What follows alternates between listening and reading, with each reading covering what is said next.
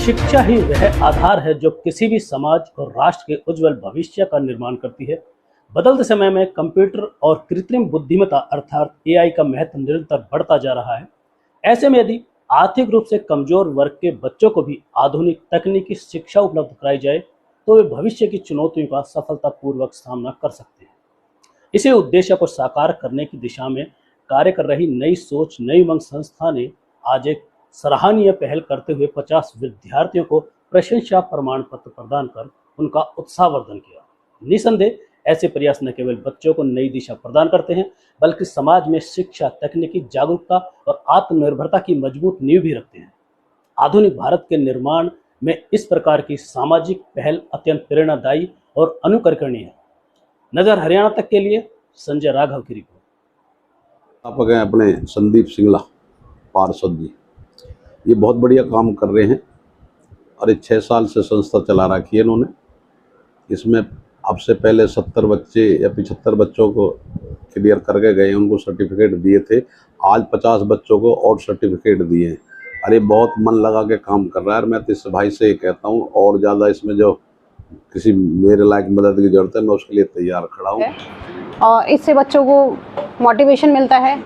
मुझे लगता है कि आगे चल के बच्चों को लिए एआई का जो ट्रेंड चल रहा है कि बच्चा एआई में अगर जाता है, डेटा साइंटिस्ट बनना है, इंजीनियरिंग, जो भी डेटा हैंडलिंग का काम करना है, वो उनके लिए उनकी लाइफ बहुत इजी हो जाएगी इस काम से। क्योंकि आगे हमारे लिए अपॉर्चुनिटी ही इस फील्ड में आती है कि हमारे, क्योंकि अब एआई का ही हमारा जो ट्रेंड आ गया है, तो ये हमारे लिए बहुत बेनिफिट है कि कंप्यूटर के सहारे अब धीरे धीरे इनको एआई में कन्वर्ट कर दिया जाए।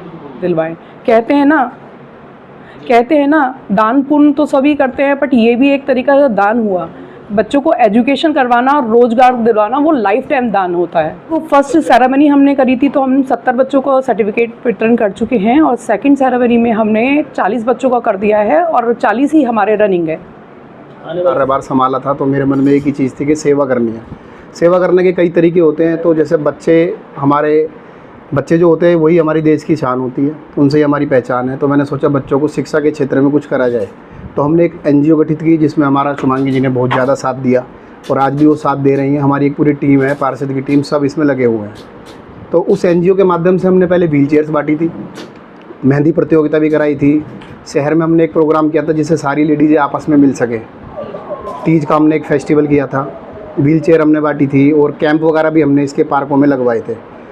और उस पहले वाले प्रोग्राम के अंदर हमने अप्रोक्स 70 बच्चों को हमने सर्टिफिकेट दिए थे, जो हमारे यहाँ से कोई 3 महीने का 6 महीने का कोर्स करके जा चुका है। आज 50 बच्चों को हमने सर्टिफिकेट का वितरण किया था। तो उनकी सरकार अपना काम तो बखूबी कर रही है। थोड़ा सा अगर इस क्षेत्र में और ध्यान दे, जो बच्चे पिछड़े वर्ग के हैं, जैसे मतलब मेरा कहने का कि जैसे गाँव से आते हैं, शिक्षा दूर है उनसे, शिक्षा वो नहीं कर पा रहे, कुछ लोग खेती में लग जाते हैं, उनको इस तरीके से प्रोत्साहित किया जाए कंप्यूटर क्लास के द्वारा, इंग्लिश स्पीकिंग कोर्स के द्वारा। आज हम डिजिटल भारत की बात करते हैं। डिजिटल भारत सिर्फ ऊपर के लेवल से डिजिटल नहीं बनेगा जब तक हम नीचे ग्राउंड लेवल पर काम नहीं करेंगे।